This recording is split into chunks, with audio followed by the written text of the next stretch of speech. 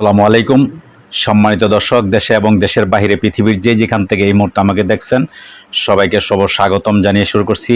আজকে আপনাদেরকে জানাবো, আপনারা জানেন যে গতকালকে ৩ দিনের সরকারি সফরে আমাদের বাংলাদেশের অন্তর্বর্তীকালীন সরকারের প্রধান উপদেষ্টা ডক্টর মোহাম্মদ ইউনূস তিনি মালয়েশিয়া সফরে গেছেন। তার বন্ধু এবং আপনারা জানেন যে মালয়েশিয়ার প্রধানমন্ত্রী আনোয়ার ইব্রাহিমের আমন্ত্রণে তিনি মালয়েশিয়াতে গেছেন।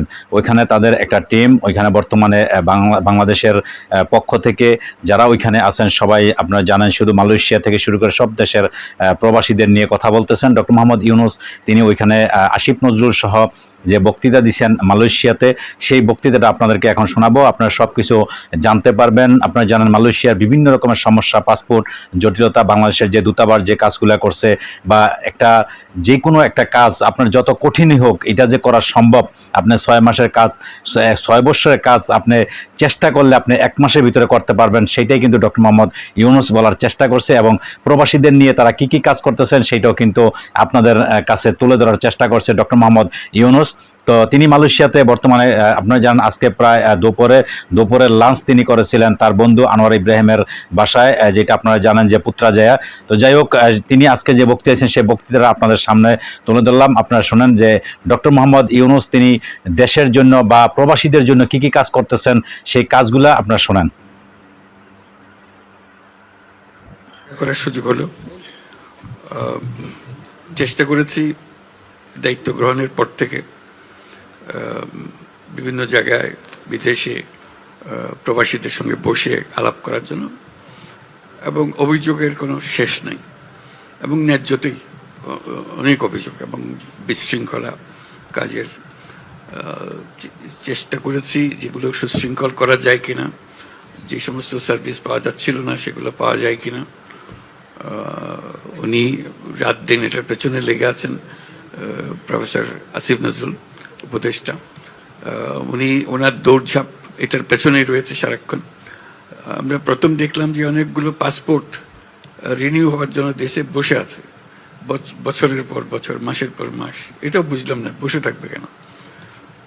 তখন আমি চাইলাম সব এম্বাসি থেকে তালিকা আনার জন্য কতগুলো পাসপোর্ট কী কারণে বসে আছে। আমি একটা সময় নির্দিষ্ট করে দিলাম, 1 মাসের মধ্যে সমস্ত কিছু আপডেটেড করে ফেলতে হবে, এটা রিনিউ করতে হবে। এবং রিনিউ করার সময় আর মেশিন রিডেবল পাসপোর্টের দিকে যাব না, পাসপোর্টের দিকে যাব। প্রথম অভিযোগ হলো যে স্যার এটা পারা যাবে না, আমাদের ক্যাপাসিটি নাই। আমাদের ক্যাপাসিটি না থাকলে ক্যাপাসিটি বাড়ান, কিন্তু কাজটা করতে হবে। তো তারাও খুব আমার জোর জার দেখে তারাও খুব সিরিয়াসলি নিল। দেখলাম যে মাসখানিকের মধ্যে সব পরিষ্কার করলো, প্রত্যেকটা এম্বাসিতে এটা হলো। আমাদের এটা কিভাবে করলেন বলে রাত দিন তারা পরিশ্রম করছে, এবং তাদেরকে ধন্যবাদ জানাই যে দিন হয় নাই, এখন রাত দিন পরিশ্রম করে অল্প সময় করে দিয়েছে। চাইলে যে করা যায় এটার প্রথম প্রমাণ পেলাম যে এটা এমন কোনো অসাধ্য কিছু ছিল না। অনেক রকম ব্যাখ্যা দেখছিল আগে, ওই ব্যাখ্যাগুলো উত্তরণ করে তারা নিজেরা এটা সমাধান করে এটা বের হয়ে গেছে। পরবর্তীতে চেষ্টা করছি যাতে এটা ব্যাকলগ না হয়। এখন আবার শুনছি যে ব্যাকলগ হতে আরম্ভ করেছে, এটার কোনো সুরাহা পাইতেছি না। প্রথম চেষ্টা করলাম পাসপোর্ট ইত্যাদি করার মধ্যে বিলম্বের কারণটা কি। বুঝালো যে এটা সরকারের নিয়মে এগুলো হয়। কারণটা হলো পুলিশ ভেরিফিকেশন লাগে।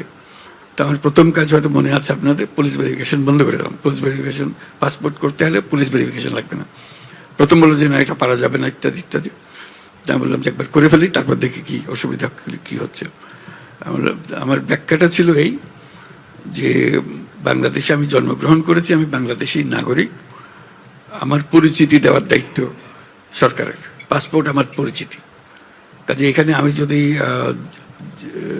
অপরাধ করে থাকি তাহলে পুলিশ আমাকে ধরবে, পাসপোর্ট আমাকে ধরতে পারবে না। পাসপোর্টের কাজ হলো যে আমার পরিচিতিপত্রটা তাকে দিতে হবে, যেহেতু আমি দেশের নাগরিক। কাজে আমি যখনই এনআইডিটা দেবো আমাকে পাসপোর্ট দিতে সরকার বাধ্য, যেহেতু আমি দেশের নাগরিক। কাজে ওই অর্থে বললাম যে এটা পুলিশ ভেরিফিকেশন। যদি কোনো অপরাধ থাকে সে ব্যাপারে তার সঙ্গে অন্য জাতির সঙ্গে অপরাধীর সঙ্গে ব্যবহার করেন তার সঙ্গে সে ব্যবহার করবেন, কিন্তু যতক্ষণ অপরাধী হিসেবে সে প্রমাণিত না হয় তার এই পাসপোর্ট নেওয়ার সুযোগ দিতে হবে। তো যাই হোক, সে পাসপোর্টের সেই ঝামেলাটা গেল। তারপরে এখন থেকে কাউকে আর পুলিশ ভেরিফিকেশনে যেতে হয় না। দেখলাম যে এরপরে 9 মাস বছর বসে আছে, পাসপোর্ট পাচ্ছে না, পুলিশ ভেরিফিকেশন আসছে না বলে রাতারাতি হয়ে যেতে আরম্ভ করলো। সব রাতারাতি পাসপোর্ট হয়ে পুলিশ ক্লিয়ারেন্সের অনুপস্থিতিতে এটা হতে আরম্ভ করলো। তো ভালো লাগলো যে এটা পারা গেল জিনিসটা করার জন্য। আরেকটা হলো যে এখানে মেশিন রিডেবলের জন্য যন্ত্রপাতি নাই। আমি যন্ত্রপাতি নিয়ে যান, ওখান থেকে যন্ত্রপাতি দিয়ে করেন। আরেকটা হলো অনলাইন পাসপোর্ট করার কথা। আমি যে অনলাইন পাসপোর্ট যদি করতে পারে তাহলে তো সব বিদেশিদের জন্য অসুবিধা নেই, তারা ঘরে বসেই তো ওটা করে ফেলতে পারবে। কাজে এই বিতর্ক এখনও চলছে, এখনও এটার ফয়সলা করতে পারিনি।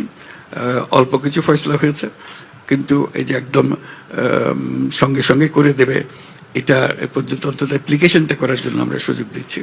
আমরা নাগরিক সেবা বলে একটা আলাদা বেসরকারি প্রতিষ্ঠান সৃষ্টি করেছি। তার কাছে গেলেই পয়সা দিলে সে আপনার এনআইডি, পাসপোর্ট, অন্যান্য যতগুলো সরকারি দলিল দস্তাবেজ, জমির দাখিলা বা যা যা দরকার হয় এগুলো ওখান থেকে নিতে পারবে। এখানেও বারে বারে প্রতিবন্ধকতা আসছে যে এটা ছাড়া এটা হবে না, এটা ছাড়া ওটা হবে না, কিন্তু কিছু কিছু কাজ শুরু হয়ে গেছে। এটা আপনাদেরটা ধরতে গিয়ে দেশের লোকের জন্য একই সঙ্গে কাজটা করা যাচ্ছে বলে আমি খুব আনন্দিত যে এটা আমরা ধাক্কাধাক্কি করার পরে এটা কিছু দূর অগ্রসর করতে পেরেছি, এবং আশা করি ভবিষ্যতে এটা খুবই সহজ জিনিস হয়ে যাবে।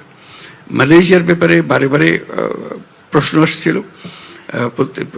দায়িত্ব গ্রহণের পর থেকেই মালয়েশিয়ার এই সমস্যা যে তারা অনেকজন 18,000 শ্রমিক প্লেনে উঠতে পারেনি, তার এক্সপায়ার করে বা কি কারণে কাট অফ ডেট ছিল, আসতে পারেনি। কাজে এটা খুব খারাপ লাগলো। এরপর পরেই মালয়েশিয়ার প্রধানমন্ত্রী উনি আসলেন বাংলাদেশে।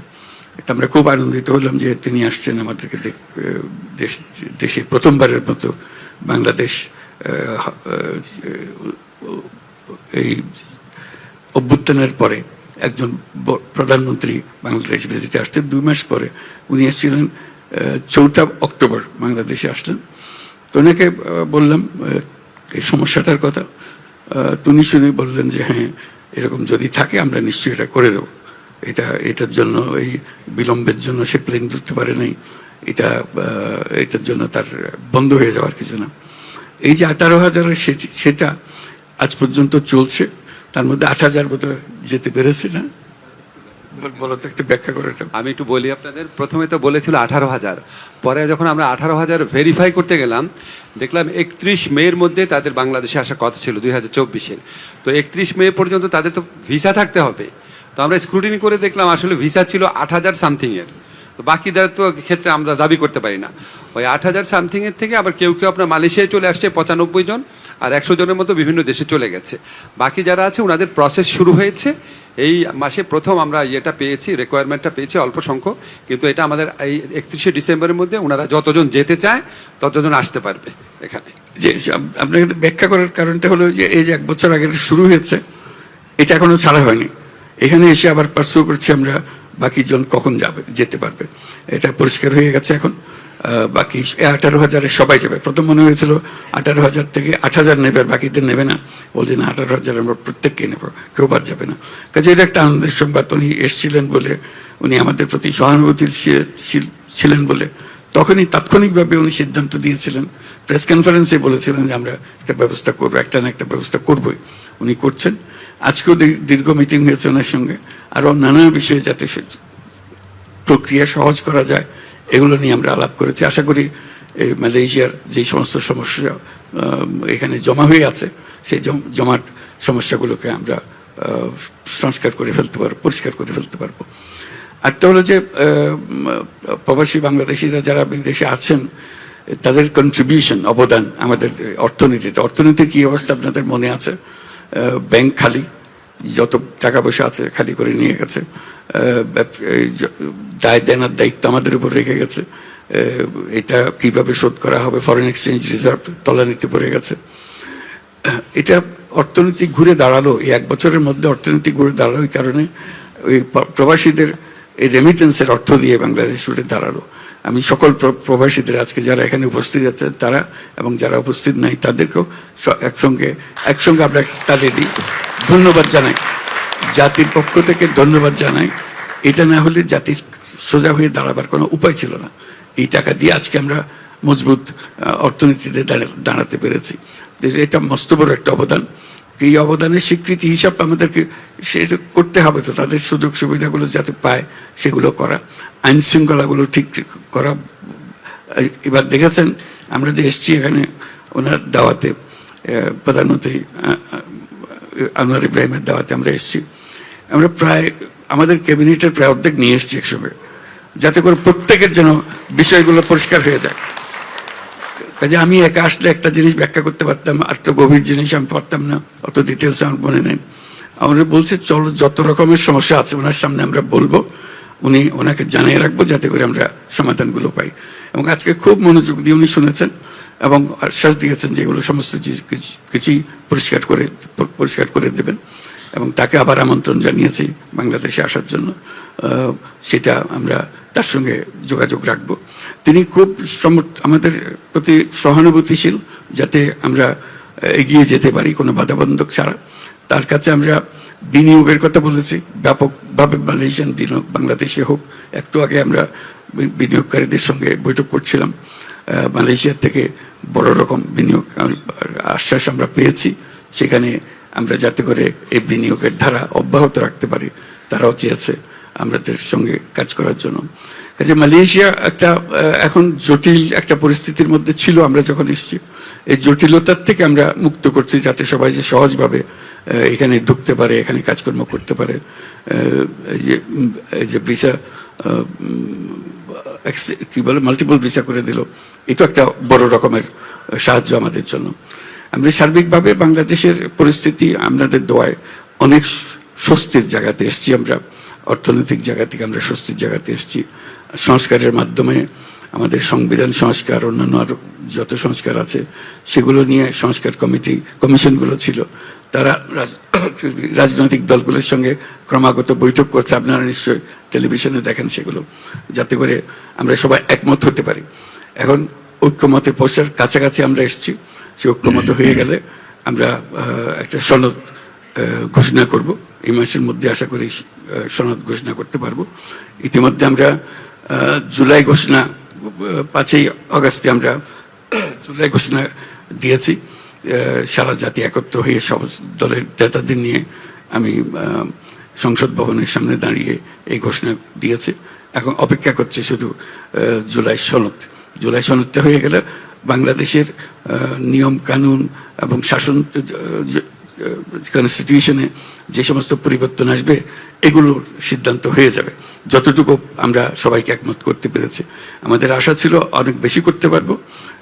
এখনো ধারণা হচ্ছে না সেই পরিমাণ আমরা যেতে পারবো কিনা, সব দলকে একত্র করে আমরা যেতে পারবো কিনা। কিন্তু ইতিমধ্যে তাদের অগ্রগতি দেখে আমি নির্বাচন ঘোষণা করেছি। ফেব্রুয়ারি মাসে নির্বাচন হবে এবং তার মধ্যে একটা উল্লেখযোগ্য বিষয় হলো, এবং সঙ্গে সঙ্গে আমার উল্লেখ করে দিয়েছি, প্রবাসীদের জন্য এবার ভোটাধিকার দিতে হবে। এবার তারা যেন ভোট দিতে পারে, এটা আমাদের একটা নতুন অভিজ্ঞতা হবে। আমরা যেখানে আছেন, আপনার যেখানে কর্মরত আছেন, সেখান থেকে আপনি যদি ভোটার হন, আপনার অনেক জিনিসের অভাব আছে, পাসপোর্ট রিনিউড হয় না বা কিছু একটা হয়েছে, কিন্তু ভোটার আপনি হবেন। ভোটার হবেন এবং ভোট দিতে পারবেন। যতক্ষণ পর্যন্ত বাংলাদেশের নাগরিক আপনি ভোট দিতে পারবেন। কাজেই সেটার ব্যবস্থা হয়েছে এবং ইলেকশন কমিশনের সঙ্গে আমাদের আলাদা আলোচনা হয়েছে। তারা আশ্বাস দিয়েছে যে তারা সমস্ত প্রস্তুতি দিচ্ছে যাতে এই ইলেকশনে যারা বাইরে আছেন, তারা প্রবাসী বাংলাদেশি যেখানে আছেন সেখান থেকে ভোট দিতে পারবে। কাজে আমরা এখন নির্বাচনের দিকে রওনা হয়েছি। আশা করি একটা সুন্দর নির্বাচন আমরা করতে পারবো। বাংলাদেশের একটা রূপান্তর হবে। আমরা 1 বছর শেষ করলাম সরকারের ইন্টারিম গভর্নমেন্টের, এই 1 বছর, তারপরে ফেব্রুয়ারি পর্যন্ত গেলে আমরা আশা করি সুন্দর একটা নির্বাচনের মাধ্যমে আমরা ক্ষমতা নির্বাচিত প্রতিনিধিদের কাছে সমর্পণ করতে পারবো। এই আমাদের আশা। আপনাদের সাহায্য এবং আপনাদের সহায়তা, আপনাদের যে অবদান, তাকে আমি বাহবা দিচ্ছি, অভিনন্দন জানাচ্ছি আপনাদের এই সহযোগিতার জন্য। আশা করি বাংলাদেশ এখন নতুন পথে যাত্রা হলো। আমরা নতুন বাংলাদেশের কথা বলছি। এই নতুন বাংলাদেশ বাস্তবে আমরা দেখে যেতে পারি খুব তড়িৎ গতিতে, যেন নতুন বাংলাদেশ গড়ে ওঠে। আপনাদের সহযোগিতায় এটা আবহাওয়ার সৃষ্টি হয়েছে নতুন বাংলাদেশ গড়ে তোলার। ছোট ছোট ছোট জিনিস বলে অনেক সময় নজরে আসেনি, বড় বড় জিনিসগুলো এখন নজরে আসবে। যেহেতু কনস্টিটিউশন রিফর্ম হয়ে গেলে বোঝা যাবে যে আমরা কোন দিক থেকে অগ্রসর হচ্ছি। আর আমরা অর্থনৈতিক দিক থেকে আমাদের দিকে সবাই অ্যাটেনশন দিচ্ছেন। আমরা বিভিন্ন দেশের ইনভেস্টরদের আহ্বান জানাচ্ছি